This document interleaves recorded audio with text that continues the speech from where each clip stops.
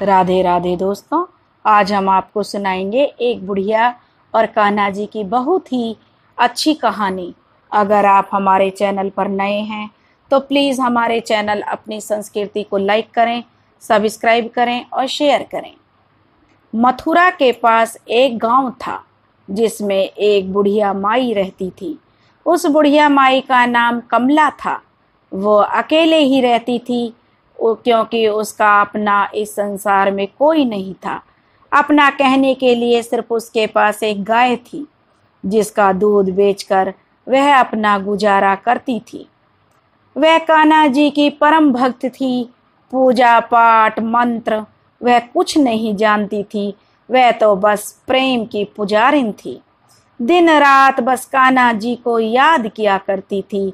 भगवान के तो बस भाव के भूखे होते हैं, वरना कोई कितना याद कर ले। भगवान तो जो ऐसे भक्तों की टोह में रहते हैं जिन पर वे मर मिटे। तो यही भाव उस बुढ़िया माई में था जिसके लिए भगवान कुछ भी करने के लिए तैयार थे। वह पुजारन दिन रात बस कान्हा जी को याद किया करती और अपने काम में मस्त रहती। वह बहुत प्रसन्न रहती थी। भगवान कान्हा भी उसे स्वप्न में दर्शन देते और उससे कुछ ना कुछ खाने को मांगते। जब वे स्वप्न में बुढ़िया माई से खाना मांगते, जो भी चीज वह कहते तो बुढ़िया माई उसी दिन जो कान्हा सपने में मांगते थे उनको बनाकर भोग लगाती। कमला प्रतिदिन कान्हा जी के मंदिर जाकर उनको दूध से सेवा करती थी।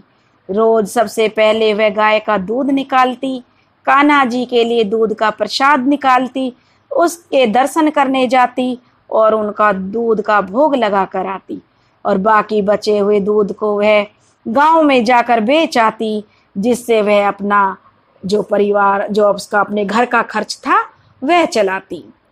फिर वह लौटकर अपने घर आती और अपने प्रभु की आराधना में मस्त होकर बाकी समय अपनी कुटिया में बाल गोपाल के भजन कीर्तन और उनको याद करके बिताती। यही उसके रोज का नियम था।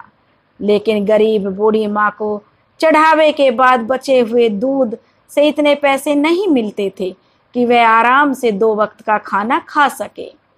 कभी कभार मंदिर जाते समय बुढ़िया माई तालाब से थोड़ा सा जल दूध में मिला लेती थी, जिससे उसकी थोड़ी सी आमदनी बढ़ जाती थी और उसका जीवन का जो निर्वाह था उसका मतलब सही से हो जाता था। बूढ़ी माई बहुत ही कोमल स्वभाव की थी।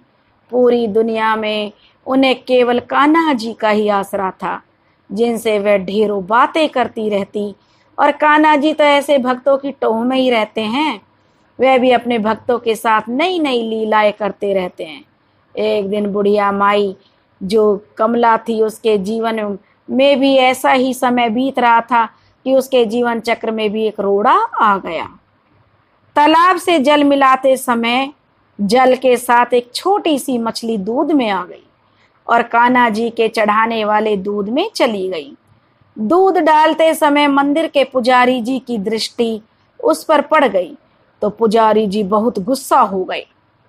उन्होंने बुढ़िया माई को दूध वापस करके खूब डांटा फटकारा और उन्हें कहा कि तुम्हें शर्म नहीं आती, तुम जो दूध में मछली भगवान पर चढ़ाओगे हमारा जन्म भ्रष्ट करोगी।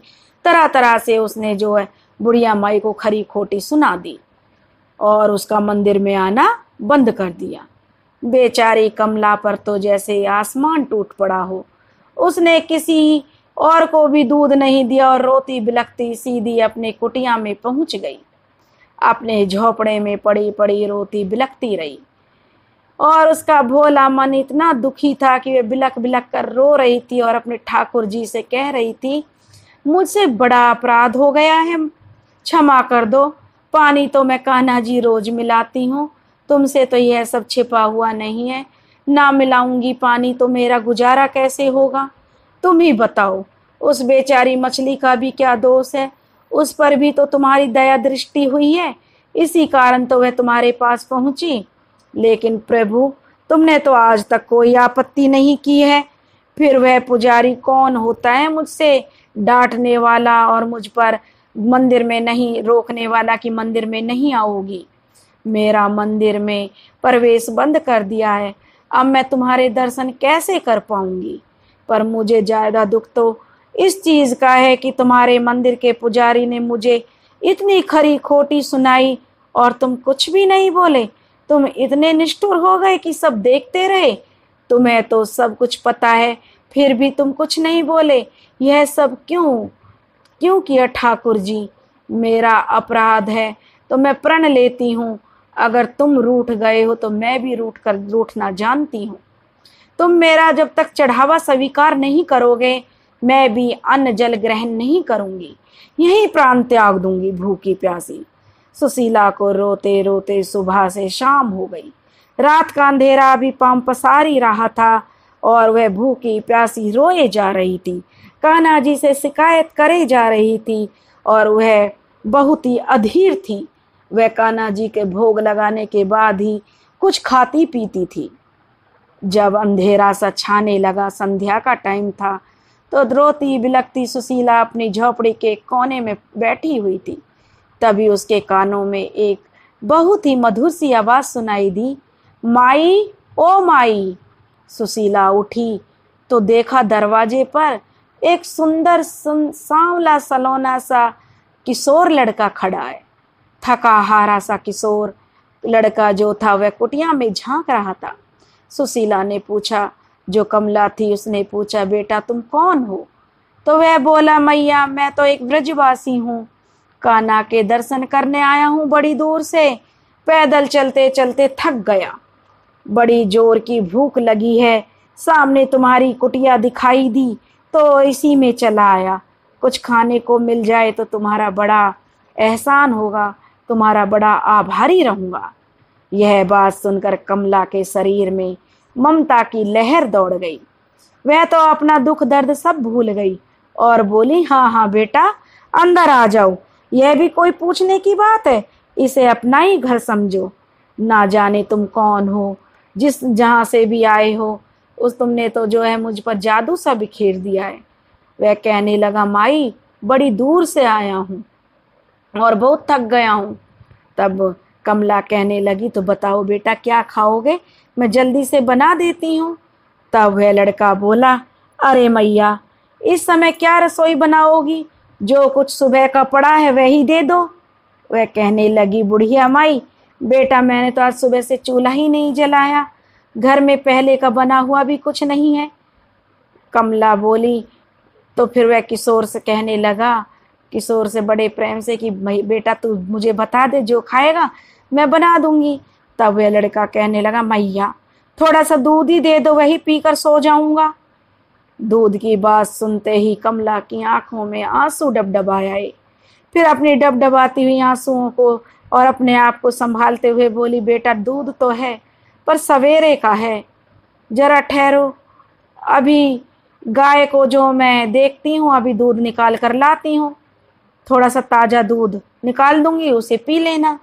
तब वह लड़का कहना, अरे नहीं मैया उसमें तो समय लगेगा और मैं सवेरा का भूखा हूँ, बहुत जोरों से भूख लग रही है। दूध का नाम लेकर तूने मुझे और अधीर बना दिया, मेरी भूख बढ़ गई है। अरे मुझे तो वही सुबह का दूध दे दो जो तुमने बाद में धोती रहना, अपना निकालती रहना गाय का दूध। बुढ़िया माई की आंखें डबडबाई आंखों से बोली, थोड़ा पानी मिला हुआ दूध है बेटा। तो लड़का कहने लगा, अरे मैया पानी मिला हुआ दूध है तो क्या है, जल्दी से छान कर ला दे, मैं नहीं तो मेरे यहीं प्राण निकल जाएंगे, इतना भूखा हूँ। बुढ़िया को बड़ा आश्चर्य हुआ कि यह बालक कैसी बातें कर रहा है। वह जल्दी से गई और झटपट दूध को छान कर ले आई और कहने लगी, भैया बेटा यह पानी मिला दूध है। तो वह कहने लगा, तो फिर क्या है, दूध पानी मिला है।